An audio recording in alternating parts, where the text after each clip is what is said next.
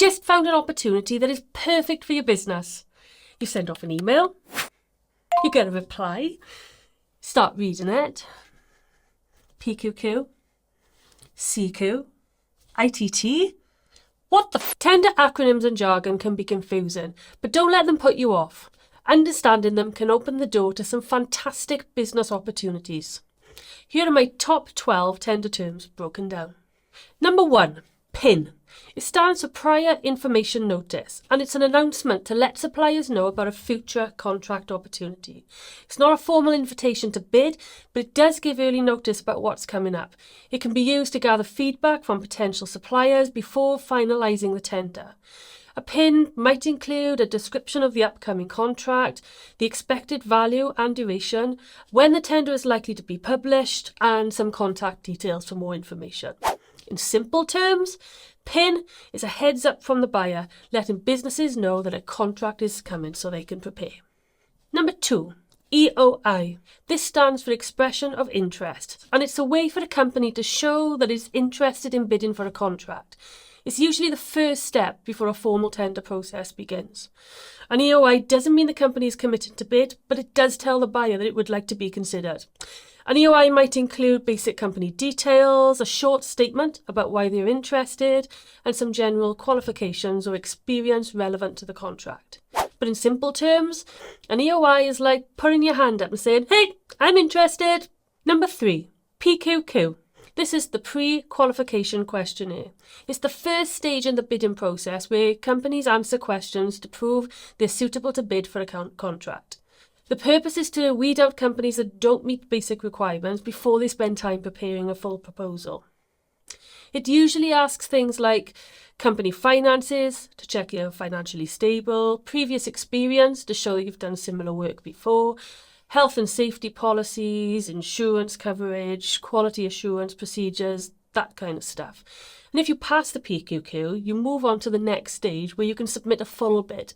Some organisations now use a standard selection questionnaire, SQ, instead of a PQQ, but the idea is the same. It's a filtering step to find the most qualified bidders. In simple terms, a PQQ or SQ is the first stage check to see if a business meets the requirements to bid. Number 4, ITT. This stands for Invitation to Tender, and this is the next stage after the PQQ or SQ, and companies that have passed the first round are asked to submit a full bid. The ITT is a detailed document that sets out precisely what the organisation wants and how suppliers should respond.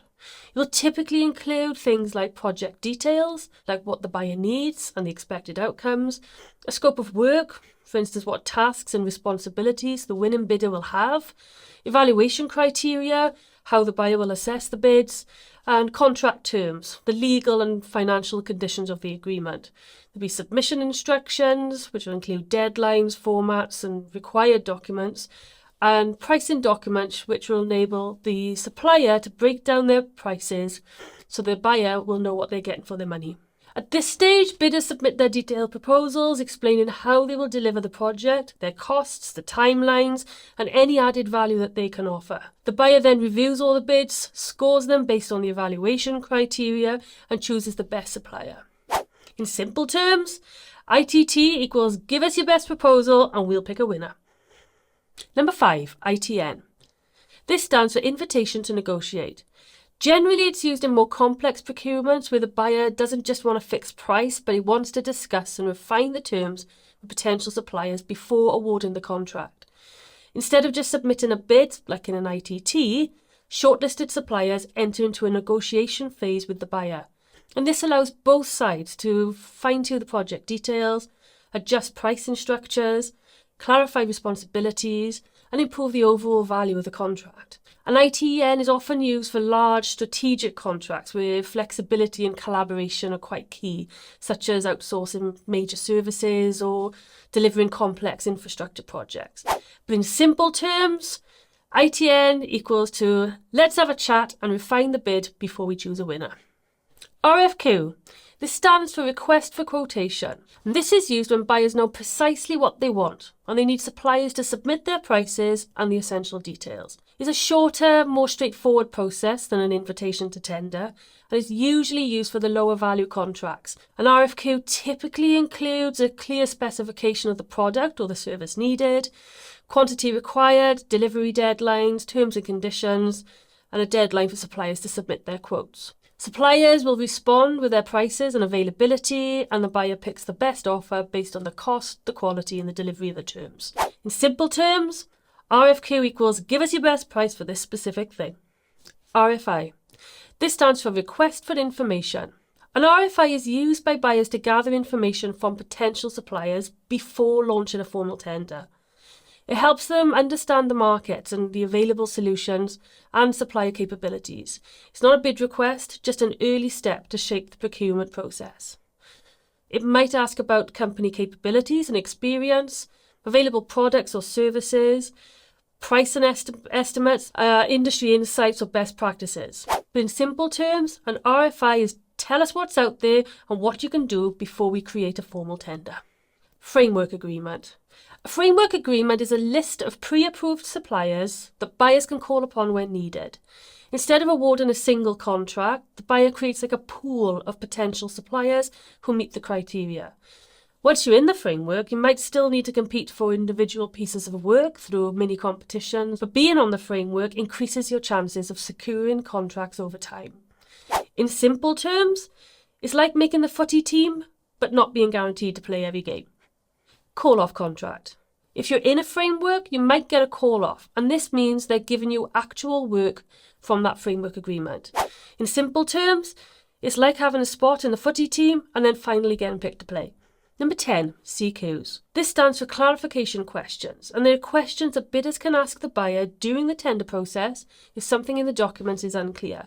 The aim is to get more details to ensure bidders fully understand the requirements before submitting their bid. CQs might cover technical specifications, deadlines or timelines, evaluation criteria, contract terms and conditions. If there's anything that needs clarifying, it can be raised in a CQ. Buyers usually provide a deadline for submitting CQs, and responses are often shared with all of the bidders to ensure fairness. In simple terms, CQs are like asking, can you explain this part? So you don't misunderstand the tender before submitting the bid. Number 11, MAT. MAT stands for Most Advantageous Tender. And this means that when evaluating bids, the buyer doesn't just choose the cheapest option, but it considers multiple factors to get the best overall value. The factors will include price, but also quality of goods and services, experience and past performance, sustainability and social value, and delivery timescales.